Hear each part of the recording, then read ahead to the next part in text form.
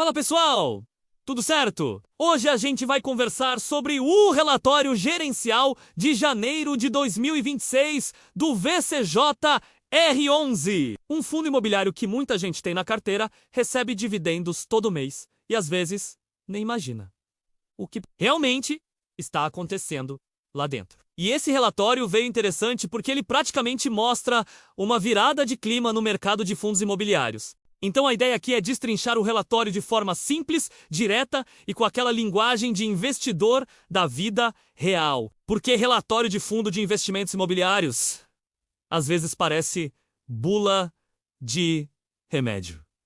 Importante. Mas ninguém quer ler inteiro. O VCJ-R11 é um fundo imobiliário de papel. Isso significa que ele não compra shopping, não compra galpão logístico e não compra prédio corporativo. O fundo basicamente empresta dinheiro para o setor imobiliário através de CRIs. Na prática, ele funciona como um banco do mercado imobiliário, recebendo juros dessas operações. E não são juros pequenos. A carteira hoje gira próximo de IPCA mais 11% ao ano, o que já explica por que tanta gente acompanha esse fundo pelos dividendos. Janeiro começou com um cenário bastante positivo para os fundos de investimentos imobiliários em geral. O FIX subiu mais de 2% e renovou máxima histórica. O mercado começou o ano com aquela sensação de que os juros finalmente fizeram o trabalho pesado. A inflação de 2025 fechou dentro da meta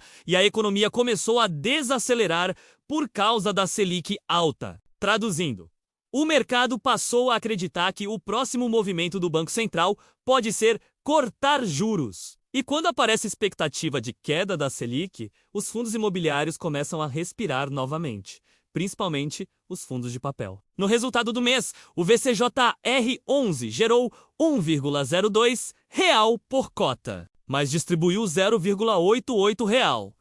E aqui aparece um detalhe que investidor mais experiente gosta de ver. O fundo não distribuiu tudo. Parte do resultado ficou retida e aumentou a reserva acumulada, que agora está em 0,74 real por cota. Em linguagem simples, é como se o fundo tivesse montado um colchão financeiro. Se algum CRI atrasar, se houver volatilidade ou alguma oscilação temporária de receita, existe margem para sustentar os dividendos sem necessidade imediata de corte. A carteira segue bastante alocada. Cerca de 87% do patrimônio já está investido e praticamente tudo está em CRIs. O fundo possui 40 operações diferentes, o que traz diversificação relevante. Um ponto importante é que aproximadamente 94% da carteira está indexada ao IPCA.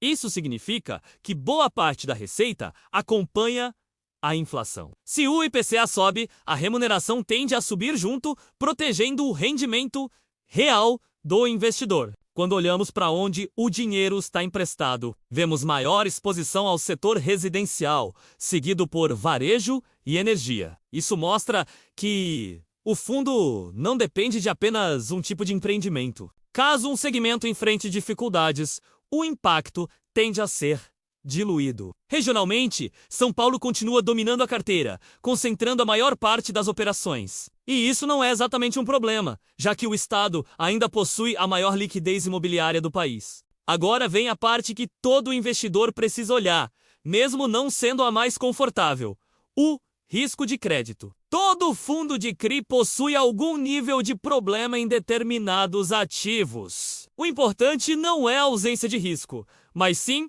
o tamanho dele dentro da carteira. O relatório destaca 2 ativos em watchlist. O primeiro é o CRI Coteminas, ligado a uma empresa em recuperação judicial. Apesar disso, o ativo permanece adimplente e possui garantias consideradas extraconcursais, ou seja, fora do processo de recuperação. A gestão segue acompanhando o caso de perto e trabalhando para preservar valor. O segundo caso é o CRI Serpasa, onde houve inadimplência e o fundo já iniciou processos de execução das garantias. A parte tranquilizadora é o tamanho da exposição, que representa apenas cerca de 0,4% do patrimônio do fundo. Isso mostra uma característica importante de gestão de risco. Posições mais arriscadas são mantidas pequenas, justamente para evitar impacto relevante no resultado geral. Durante o mês também ocorreu o pré-pagamento do CRI Tecnisa. O fundo recebeu antecipadamente quase 60 milhões de reais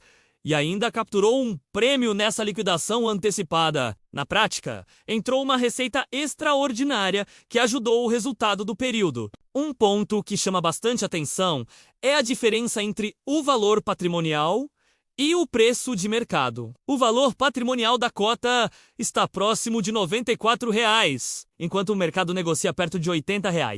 Isso significa que o investidor está comprando o portfólio com aproximadamente 15% de desconto. É como adquirir um imóvel avaliado em 100 pagando 85, mantendo a mesma renda mensal. Na cotação atual, o fundo entrega algo próximo de 13% ao ano em dividendos. Quando se observa o retorno implícito da carteira descontando custos, o investidor está exposto a algo próximo de IPCA mais 11% ao ano. Esse nível de retorno normalmente aparece em operações estruturadas de crédito, não em ativos tão líquidos quanto um fundo de investimentos imobiliários listado em bolsa. O relatório também deixa uma mensagem nas entrelinhas. O gestor demonstra visão construtiva para o mercado imobiliário em 2026, baseada na possibilidade de início do ciclo de queda de juros. Caso isso aconteça, ocorre normalmente valorização dos CRIs, fechamento dos descontos patrimoniais e melhora na precificação das cotas no mercado secundário. Fundos com maior desconto e maior retorno costumam reagir primeiro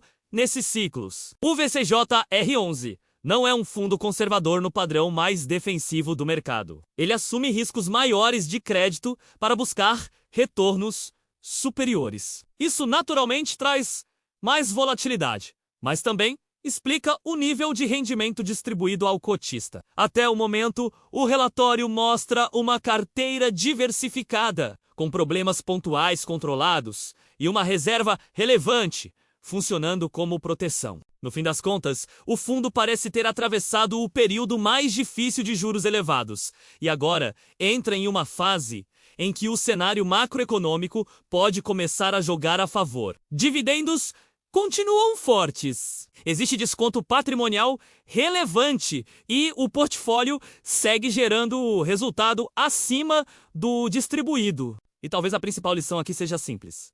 O dividendo mostra o que já aconteceu. Mas o relatório gerencial mostra o que pode acontecer daqui para frente. Quem acompanha apenas o valor pago todo mês perde metade da história. Valeu por acompanhar e até o próximo vídeo.